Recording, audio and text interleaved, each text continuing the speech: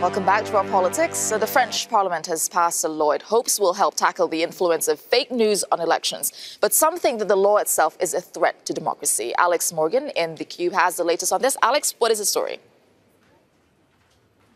Tessa, France versus fake news. That's how the proponents of this change in the law would like you to see it, putting the onus on social media platforms we use every single day, Facebook, Twitter, WhatsApp, Instagram, putting the onus on them to make sure the information we are getting, especially around election time, is fair and accurate. Now, there's a lot to this law. It is complicated. Let me just break down perhaps some of the key parts of it. Well, it's all to do with the information we are seeing and knowing who it is coming from. So this law obliges platforms to make it clear to you and I to pull back the curtains and say who is paying for content to be promoted on their platforms and publicly to declare how much they are paying. We're also allowed now to know how our information is being used, perhaps to make sure this content is targeted in paid for advertising campaigns.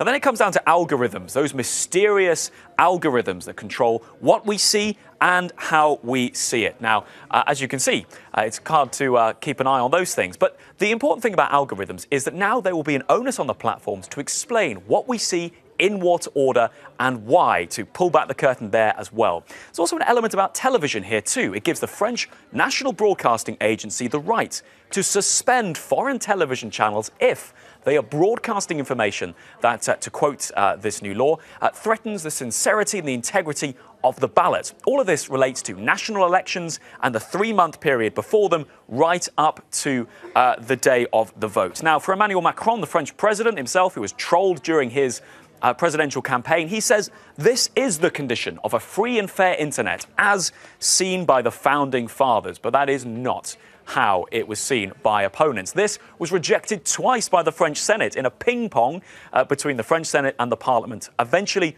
passed in Parliament. But the critics, they are still very much out there. This is what they've been saying. This was Julien Rochedy. He's a former National Front member. He says, well, that's it. We're back to the 1930s now. The French state has given itself a monopoly on truth. And when it comes to the foreign media, well, Russia Today says it is them and Sputnik, two Russian state-backed channels that are the targets of this new law, saying it's in an article saying, is France sliding into democracy? Welcome to democracy, question mark, is that article. So Tessa, controversial inside of France, controversial outside of France. The test for this new law will be, with the European elections coming up, how it works not inside a parliament chamber, but out here in the real world and in the timelines of you and I.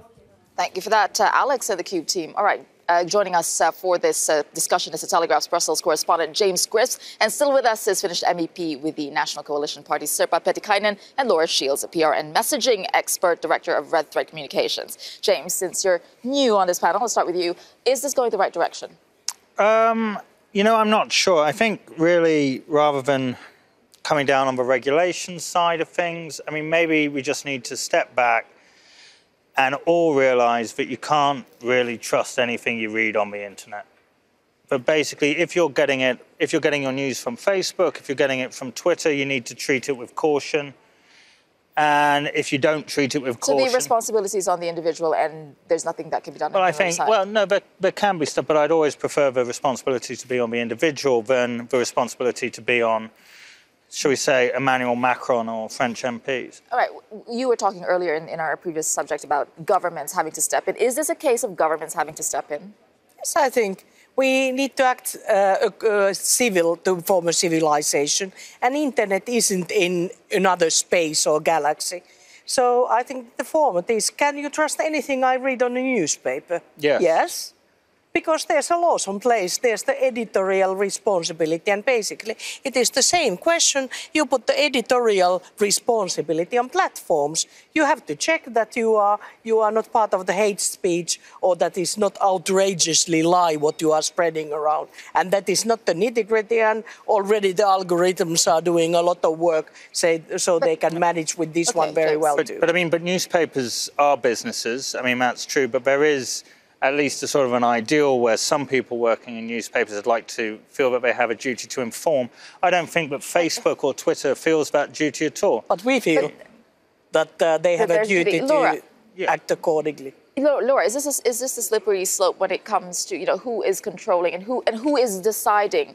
These are human beings still who are calling the shots. Making those decisions. I have pretty strong views on this because I do think that information or quality information has to be the lifeblood of liberal democracy. And I think that everything that you read about disinformation and fake news suggests that what it's designed to do is to exacerbate existing divisions in countries. So I do think some kind of firm action needs to be taken.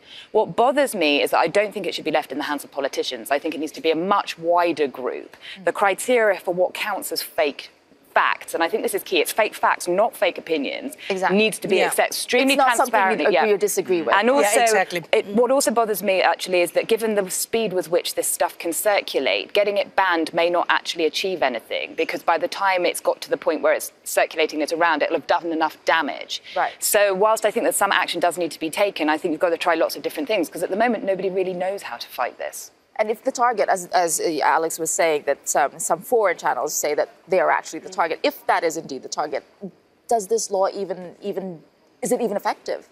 I'm not going to comment on this because I'm not familiar in details about the law, but about the principle, sort of the equation with this kind of editorial responsibility should be laid down there and acted accordingly.